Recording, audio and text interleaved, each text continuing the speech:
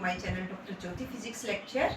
आज मैं आप सबके सामने जो है एमएससी फिजिक्स के अभी एंट्रेंस एग्जाम आने वाले हैं, उसके लिए कैसे प्रिपेयर करना है कुछ स्टेप्स आपके साथ शेयर करने जा रही हूँ। अभी आई थिंक जो एमएससी के लिए फिजिक्स के लिए प्रिपेयर कर रहे हैं बीएससी फाइनल ईयर में होंगे और आपने जो है आईआईटी जैम का या तो एग्जाम दिया होगा और जिसने एग्जाम नहीं दिया है तो अपना क्वेश्चन पेपर एक बार देख लें, उससे भी आपको काफ़ी आइडिया होगा। सेकेंड थिंग ये है जिसको IITs में अच्छा रैंक नहीं मिला है तो उसको NITs वगैरह में मिलेगा, तो उसके लिए मैं सजेस्ट करूँगी उससे बेटर है आप DU के लिए ट्राई कीजिए, GNU के लिए ट्राई कीजिए। तो उस चीज़ से बिल्कुल डिमोटिवेट नहीं होना है कि मेरा IIT जैम में सिलेक्शन नहीं हुआ, अभी आपके पास और भी अपॉर्चुनिटीज़ हैं, अच्छी यूनिवर्सिटी आपके पास बची हुई हैं। सबसे पहले आपको क्या करना है, एमएससी जो है फिजिक्स का एग्जाम की प्रिपरेशन कर रहे हैं लाइक आप अपने पिछले पेपर्स उठाइए 4 to 5 इयर्स के, वो आपको किसी एकेडमिक की जो इंस्टीट्यूट्स हैं उन पे भी साइट्स पे मिल जाएंगे और या आपके सीनियर्स हैं फ्रेंड्स वगैरह से आप ले सकते हैं।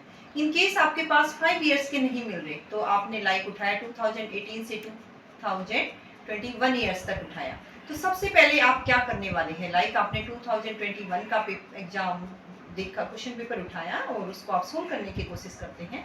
उसको जो है पार्ट्स में डिवाइड कीजिए, लाइक मैंने ये कुछ पार्ट्स डिवाइड की है, क्लासिकल मैकेनिक्स है, ये आपका सॉलिड स्टेट फिजिक्स में क्या आया हुआ है, यहाँ पे आपका क्वांटम मैकेनिक्स के क्वेश्चन कौन से आए हुए हैं, यहाँ आपके थर्मोडाइनेमिक्स क्या आया हुआ है, मैथमेटिकल फिजिक्स क्या आया हुआ है, ये सब आप अपना क्वेश्चंस देखिए। उसके बाद आप अपना 2019 का 20 का देखिए, इसी तरह से सिमिलर टॉपिक्स उठाओगे। तो सबसे पहले तो आप कंपेयर कीजिए कि 2019 में जो है कौन सा क्वेश्चन पूछा गया था और वो 20 में नहीं पूछा, फिर 21 में फिर से रिपीट हो रहा है, या 20 में पूछा था तो 21 में नहीं आया, हो सकता है वो अब आपका 22 में आ जाए। तो इस तरह से आप अपना कंपेयर करके सेट बना लीजिए 21 का, 20 का, 19 का, और हो सके तो उनका सॉल्यूशन भी तैयार कीजिए। अभी से अपना जो है नोट्स उठाइए, रजिस्टर उठाइए, उसमें इस तरह से क्वेश्चन पेपर सोल्व करने की ट्राई कीजिए। तो ये चीज़ें कुछ जनरल टॉपिक्स मुझे आइडियाज़ है, जैसे मैंने पिछले पेपर्स देखे हैं कि वहाँ से क्वेश्चन आपके एमएससी जो है एंट्रेंस एग्जाम में पूछे जा सकते हैं। कैसे पूछे जा सकते हैं, लाइक आपके पास ये फर्स्ट टॉपिक लिखा मैंने लैग्रांजियन गिवन है तो उससे हैमिल्टोनियन कैसे निकालते हैं, ये आपका जो है आईआईटी जैम में भी आया होगा। तो लैग्रांजियन गिवन है इन केस आपका x डॉट का है लाइक फंक्शन, तो हैमिल्टोनियन क्या हो जाता है, p into Q dot minus Lagrangian, और जो है आप यहाँ से निकाल लोगे curly by curly Q dot से जो कि x डॉट है और ये फॉर्मूला लगा दोगे। तो एक यहाँ से क्वेश्चंस आपके एक या दो क्वेश्चन आएंगे। सेकंड थिंग मैंने लिखी है सेंट्रल फोर्स की प्रॉपर्टीज क्या है, सेंट्रल फोर्स की प्रॉपर्टीज है, इसमें यहाँ से कैसे क्वेश्चन आ सकता है, जो टाइम रिवॉल्यूशन है वो रेडियस के साथ कैसे प्रोपोर्शनल है, टाउ स्केयर प्रोपोर्शनल है ए क्यूब के, तो यहाँ से ए को हम चेंज कर दें रेडियस को तो टाउ पे क्या इफेक्ट होगा, अगर टाइम पीरियड रिवॉल्यूशन का चेंज कर दिया तो ए पे क्या इफेक्ट होगा। इस तरह से क्वेश्चंस इस टॉपिक्स पे भी पूछे जा सकते हैं, ये मैं जनरल करेंगे से। इसके बाद इलास्टिक कोलिजन मैंने लिखा है, इलास्टिक कोलिजन में एनर्जी कंजर्वेशन क्या है, मोमेंटम कंजर्वेशन क्या है, लाइक आप जामिया मिलिया का मैंने 2021 का सॉल्यूशन डाला हुआ है, उसमें भी इस पे 2-3 क्वेश्चंस आए हुए हैं, या CU जो CU सेट बोलते हैं आप, उस पे भी क्वेश्चंस आए हुए हैं, वो भी मैंने 21 का जो है डाला हुआ है सॉल्यूशन। तो आप इस तरह से क्वेश्चंस देख सकते हैं कैसे आएंगे। नेक्स्ट टॉपिक है मोस्ट प्रोबेबल स्पीड क्या है, RMS स्पीड क्या है, लाइक हमारे पास जो है √3 kT/m है RMS, टेम्परेचर को अगर मैं ट्वाइस चेंज कर दूं तो क्या इफेक्ट आएगा। इसी तरह से एक मीन फ्री पाथ का भी फॉर्मूला होता है 1/√2 पाई d स्क्वायर n कुछ होता है, d को हम डायमीटर को चेंज कर दें तो क्या इफेक्ट आ जाएगा मीन फ्री पाथ पे। तो इस तरह से क्वेश्चंस पूछे जा सकते हैं। नेक्स्ट टॉपिक मैंने लिखा है entropy change in isothermal process. अगर आइसोथर्मल प्रोसेस क्या है, टेम्परेचर आपका कांस्टेंट है और उसमें आपके पास एंट्रोपी में क्या चेंज आएगा। आपको अगर वर्क डन का फॉर्मूला याद हो nRT, क्या फॉर्मूला है nRT ln of V2/V1, volume को चेंज कर दिया आपने, ट्वाइस कर दिया V2 को, तो ये आपके पास वर्क डन, और वर्क डन से आप आइसोथर्मल प्रोसेस में इंटरनल एनर्जी 0 हो जाएगी तो dQ क्या हो जाएगा dW के इक्वल, और यहाँ से dQ क्या होता है TdS, तो इस तरह से आप एंट्रोपी निकाल सकते हैं। यानी आपको बेसिक्स पता होने चाहिए, सबसे पहले क्वेश्चन को ध्यान से पढ़ना है, उसमें क्या क्या डेटा गिवन है उसी को आप यूज करके इस तरह से निकाल सकते हैं। तो अपने क्वेश्चन पेपर्स को एनालाइज कीजिए प्रीवियस ईयर्स के।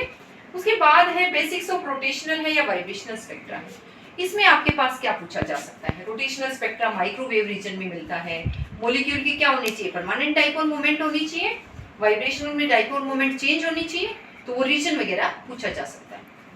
इसके बाद ऑपरेटर मैंने जस्ट यूज किया है, क्वांटम मैकेनिक्स में आता है ये बीएससी फाइनल ईयर या ऑनर्स में सेकेंड ईयर में। लाइक आपको कोई वेव फंक्शन दे देंगे और ऑपरेटर बोल देंगे इस पे ऑपरेट कीजिए, तो क्या आइगन वैल्यू आ रही है, इस तरह से ऑपरेटर पे क्वेश्चन पूछे जा सकते हैं। ये क्वांटम मैकेनिक्स का टॉपिक है। सॉलिड स्टेट फिजिक्स का है ब्रेग्स लॉ। सबसे पहले आप इसकी स्टेटमेंट क्लियरली पढ़िए, स्टेटमेंट क्या होती है। ब्रेग्स लॉ की स्टेटमेंट में ही 2-4 क्वेश्चंस बन जाते हैं। इसके बाद इसमें फॉर्मूला होता है 2d sin theta = n lambda. Wavelength अगर आपको गिवन है, d आपको गिवन है, तो आपको थीटा निकालने के लिए पूछा जा सकता है। इस पे 2 से 3 क्वेश्चंस 100% आएंगे, आप कोई भी यूनिवर्सिटी का एग्जाम दो। इसके बाद पैकिंग फ्रैक्शन है। पैकिंग फ्रैक्शन है आपका कितना होता है सिंपल क्यूबिक में, बीसीसी में क्या है, एफसीसी में क्या है, एटॉमिक डेंसिटी पे क्या डिपेंडेंस है रेडियस की, तो इस तरह से। नेक्स्ट है वीपी एंड वीजी, ये फेज वेलोसिटी, ये ग्रुप वेलोसिटी। वीपी क्या होती है आपकी ओमेगा बाई के, जहां भी क्वेश्चन में ओमेगा स्क्वायर की फॉर्म में है उसको जस्ट ओमेगा बाई के लीजिए, ओमेगा करके स्क्वायर रूट लेके के। इसी तरह से वीजी, और ये तो इवन नेट और जेस्ट का अभी आया था एमएससी के बाद, उनमें भी आते हैं वीजी वगैरह भी। ये क्या होती है डी ओमेगा बाई टी के, यानी जो ओमेगा आपको गिवन होगा उसका जस्ट आप डेरिवेटिव लीजिए विद रिस्पेक्ट टू के।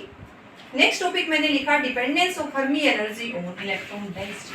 ये लगा लो, ये वाले टॉपिक्स तो आपके इवन नेट वगैरह में भी जस्ट है, एमएससी के बाद भी दोगे उसमें भी आएंगे। फर्मी एनर्जी की डिपेंडेंस क्या है इलेक्ट्रॉन डेंसिटी, 1 डायमेंशन में अलग होती है, ये 2 डायमेंशन में अलग होती है, 3 डायमेंशन में अलग होती है। लाइक 3 डायमेंशन में आपको याद होगी तो n⁻²/3। तो क्वेश्चन कैसे आएगा, हमने इलेक्ट्रॉन डेंसिटी को चेंज किया तो फर्मी एनर्जी पे क्या इफेक्ट आएगा। लाइक मैंने ट्वाइस कर दी तो फर्मी एनर्जी क्या हो गई 2⁻²/3, या आपने 8 टाइम्स कर दी तो यहाँ पे 8⁻²/3 यानी 2⁻², 4 टाइम्स हो जाएगी।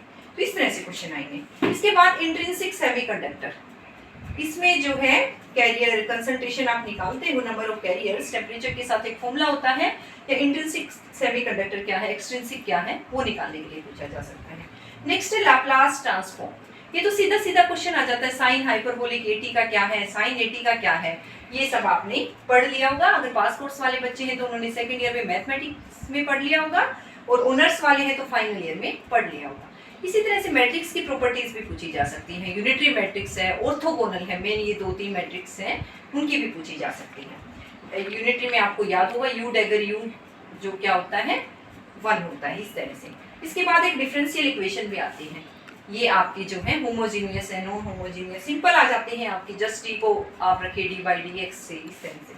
नेक्स्ट है मैंने सोलेनोइडल प्रॉपर्टी लिखी है, कोई जो है फील्ड गिवन है तो उसका सोलेनोइडल है वो बिहेवियर, तो क्या होगा उसका डाइवर्जेंस 0 हो जाएगा। इसी तरह से इरोटेशनल है तो उसका कर्ल 0 हो जाएगा। तो इस तरह से क्वेश्चन आ सकते हैं। नेक्स्ट मैंने लिखा del square, spherical polar coordinates में इसकी क्या डेफिनेशन होती है डेल स्क्वायर की, स्फेरिकल पोलर कोऑर्डिनेट्स में इसमें क्वेश्चन आ जाता है, जेएनयू में भी आया था लाइक 21। इसके बाद मैट्रिक्स प्रॉपर्टीज ये ऑलरेडी मैं बता चुकी हूँ। ऑर्थोगोनल क्या होती है आपके पास, और जो है इस तरह से यूनिटरी मैट्रिक्स कौन सा होता है, मैट्रिक्स की आप प्रॉपर्टीज देख लीजिएगा। सेल मॉडल है, सेल मॉडल ऑनर्स वाले बच्चे पढ़ लेते हैं, पास कोर्स वालों का ये टॉपिक नहीं होता है, तो आप जस्ट स्पिन एंड पैरिटी के मैंने भी लेक्चर डाले हुए हैं, वहां से how to find out the spin and parity of nucleus वो आप देख सकते हैं। ये ओड का केस होगा, जनरल आपका सिंपल ही पूछा जाता है बीएससी लेवल पे। इसके बाद साइज ऑफ ग्रेटिंग एलिमेंट, ये एक इक्वेशन होती है, कैसे निकालोगे, वेवलेंथ वगैरह गिवन है वहां से। अब ऑप्टिक्स में भी काफी 3-4 क्वेश्चन आते हैं, ये बीएससी लेवल के रहते हैं। अगर आपने अपनी सिंपल बुक भी यूज कर रहे हो, आर चांद वाली या कोई भी, उसमें भी न्यूमेरिकल्स सोल्व होंगे, जस्ट उनको भी करके जाओगे तो ऑप्टिक्स के आपके क्वेश्चंस हर हाल में अटेम्प्ट हो जाएंगे। नेक्स्ट है जी मैन इफेक्ट, इसमें आपका एक फॉर्मूला बनता है जी मैन इफेक्ट में, नॉर्मल जी मैन इफेक्ट और जो है एनोमलस जी मैन इफेक्ट पढ़ लेना। उसके बाद डेल्टा लैम्डा वगैरह से एक बेस्ट फॉर्मूला बन जाता है, E²/4πm समथिंग कुछ करके है, एग्जैक्ट मुझे याद नहीं है, मैग्नेटिक फील्ड की डिपेंडेंस से, क्योंकि मैग्नेटिक फील्ड अप्लाई करते हैं तभी तो जी मैन इफेक्ट मिलता है। तो वो क्वेश्चन आप जरूर देख लीजिएगा, वहां से 2 से 3 क्वेश्चन आ जाते हैं जी मैन इफेक्ट पे। फोटो इलेक्ट्रिक इफेक्ट, ये आपको एनर्जी तो फोटोन्स की पता ही है hν, इसकी बेसिक डेफिनेशन पढ़ना, और इसकी ग्राफ्स होते हैं कैसे डिपेंडेंस है फ्रीक्वेंसी पे, या इंटेंसिटी में चेंज आए तो क्या होगा, रेडिएशंस वगैरह। उसके बाद एक Einstein photo electric effect equation होती है जिसमें आप काइनेटिक एनर्जी निकालते हो, लाइक आपने मेटल पे डाली है तो यहाँ से एमिशन हो गया इलेक्ट्रॉन्स का, तो एक वर्क फंक्शन होता है जो मिनिमम एनर्जी यूज होगी इजेक्ट करने में, और काइनेटिक एनर्जी भी गेन कर लेगा इलेक्ट्रॉन। तो वो काइनेटिक एनर्जी कितनी होती है, वो फॉर्मूला होता है आपका hν minus work function is equal to kinetic energy. इस फॉर्मूले पे बेस्ड 1 से 2 क्वेश्चन हमेशा अपने आपके। कॉम्पटन इफेक्ट, कॉम्पटन शिफ्ट क्या होती है, कितना डेल्टा लैम्डा में चेंज आएगा, स्कैटर्ड की वेवलेंथ ज़्यादा है, इंसिडेंट की वेवलेंथ ज़्यादा है, इस पे बेस्ड क्वेश्चंस इस तरह से आएंगे। इसके बाद वन डायमेंशनल पोटेंशियल वेल, ये तो आप देख ही लो फॉर्मूला, nth लेवल की एनर्जी क्या होती है या इसका वेव फंक्शन क्या होता है। ये कुछ होती है n square by square h Q square by 2m square. ये क्या होती है आपके पास विड्थ होती है बॉक्स की, तो अगर ए को चेंज कर दें तो एनर्जी पे क्या इफेक्ट आएगा। तो इस तरह से ये तो आपका अगर नेट के एग्जाम में भी आप देखोगे ना, आप भी क्वेश्चन आ रहे हैं गेट के में, ये तो सीख ही लो, याद ही कर लो, फॉर्मूला वेरी सिंपल है। इस पे बेस्ड आपके 2 से 3 क्वेश्चन जरूर आएंगे। लाइक ग्राउंड स्टेट के लिए n1 है, एक्साइटेड के लिए फर्स्ट के लिए 2 हो जाएगा, सेकंड के लिए 3 हो जाएगा, इस तरह से। नेक्स्ट आपके पास फोटॉन्स क्या होते हैं, फोनॉन्स क्या होते हैं, ये आपको डेफिनेशन पता होना चाहिए। एनर्जी क्या है, मोसलेस लॉ, कैसे फ्रीक्वेंसी आपका एटॉमिक नंबर पे डिपेंड कर रही है, ये लेक्चर मैंने डाला हुआ है, वहां से जस्ट आप मेरे लेक्चर को भी देख लोगे मोसलेस लॉ को, वहां से आपके हर हाल में सारे क्वेश्चन अटेम्प्ट हो जाएंगे। नेक्स्ट है लोरेंज ट्रांसफॉर्मेशन, लेंथ कॉन्ट्रैक्शन है, टाइम डायलेशन है, तो इस तरह से इन पे भी बेस्ड आपके सिंपल क्वेश्चन आ जाते हैं। L is equal to L nought over 1 minus v square by c square, यही होता है आपका, इनटू होता है सॉरी, तो वहां से आप v को c की टर्म्स में दे दें तो L नोट क्या आएगी, या L दे दिया जाए तो L नोट दे दिया जाए तो L क्या हो जाएगा। इसके बाद है अल्फा बीटा गामा डीके, ये रिएक्शन दे दें कि अल्फा पार्टिकल एमिट हो रहा है तो प्रोडक्ट न्यूक्लियस का क्या एटॉमिक नंबर होगा, क्या एटॉमिक मास होगा। इसी तरह से बीटा पार्टिकल में गामा में क्या फर्क पड़ेगा, गामा में तो कोई इफेक्ट नहीं होना, कितनी एनर्जी पेयर प्रोडक्शन वगैरह में होती है। तो इस तरह से एक आपके पास काइनेटिक एनर्जी में और एनर्जी रिलीज में भी फॉर्मूला होता है, Q is equal to kinetic energy of into a over a minus 4, कुछ ऐसा फॉर्मूला होता है, वो देख लेना, वो भी उस पे बेस्ड क्वेश्चन आता है। नेक्स्ट है पार्टीशन फंक्शन, यहाँ से पार्टीशन फंक्शन है, कैसे निकालते हैं, ये थर्मोडायनेमिक्स का टॉपिक है। इसमें भी एक तो हार्मोनिक ऑसिलेटर का पूछ लिया जाता है आपका, या फिर 2-3 एनर्जी लेवल्स गिवन हो, डी जैसे भी गिवन हो, तो कैसे निकालोगे पार्टीशन फंक्शन, काफी अच्छा टॉपिक है। Summation of exponential of minus beta E, energy अलग अलग लेवल्स की रख दोगे तो आप देख सकते हैं। ये आपका पास कोर्स में तो नहीं आता है, ऑनर्स में आ जाता है, तो एक बार देख लेना ये फॉर्मूला कैसे निकाल। टाइम डायलेशन में ऑलरेडी डिस्कस कर चुकी हूँ। नेक्स्ट टॉपिक क्या है, ferromagnetic and diamagnetic. Ferromagnetic materials हैं तो उनकी डाइपोल मोमेंट क्या है, डाईमैग्नेटिक की क्या है, ससेप्टिबिलिटी में क्या वेरिएशन है टेम्परेचर के साथ, क्यूरीज लॉ क्या होता है। इन 2-3 फॉर्मूले पे बेस्ड 2-3 क्वेश्चंस आपके हमेशा पूछे जाते हैं। नेक्स्ट हाइड्रोजन एटम है, हाइड्रोजन एटम में एनर्जी आइगन वैल्यू कैसे निकालते हैं, वेरी इंपॉर्टेंट टॉपिक। ये फॉर्मूला होता है -13.6 by n square electron volt. अभी जो बीएससी फाइनल ईयर पास कोर्स का आएगा उसमें ये टॉपिक किया जाएगा। तो n कहाँ से स्टार्ट होता है, ग्राउंड स्टेट के लिए 1 से, फर्स्ट एक्साइटेड होगा तो n इक्वल टू 2 रख दो, -13.6/4 यानी -3.4 इलेक्ट्रॉन वोल्ट। आपको एक रिलेशन भी याद होना चाहिए, इलेक्ट्रॉन वोल्ट में और जूल में क्या रिलेशन है। आइगन वैल्यूज क्या है, कैसे निकालते हो आप, डिटरमिनेंट कैसे सोल्व करते हैं, ये आप 12th में ऑलरेडी कर चुके हो। ड्राग डेल्टा या क्रोनिकल डेल्टा, ये बहुत छोटी छोटी डेफिनेशन है, आपको लग रहा होगा बहुत बड़ा टॉपिक है, पास कोर्स में हमने पढ़ा ही नहीं हुआ, नहीं, काफी छोटे टॉपिक्स हैं आपके, जस्ट विकिपीडिया से भी देखोगे तो भी क्वेश्चन अटेम्प्ट्स हो जाएंगे। इसी तरह से न्यूक्लियस वगैरह में न्यूक्लियर साइज क्या है, कैसे आर आपका जो है ए पे कैसे डिपेंड करता है, हमेशा इस फॉर्मूले पे बेस्ड आपका न्यूक्लियर साइज का मैंने टॉपिक डाला हुआ है, वहां से आप कर सकते हैं। इनको यहाँ से क्वेश्चन 100% आता है, डीयू का कह लो या किसी भी सेट से आएंगे, आपके जीएनयू कह लो, हमेशा पूछे जाएंगे। रेडियो एक्टिविटी वगैरह भी पूछ ले जाते हैं, उसके भी लेक्चर्स मैंने ऑलरेडी डाले हुए हैं। ओके, इसी तरह से मैं नेक्स्ट लेक्चर भी डालूंगी इसका, और कुछ टॉपिक्स उठा के वहाँ से किस तरह के क्वेश्चंस बनते हैं। Thank you for hearing me, thank you.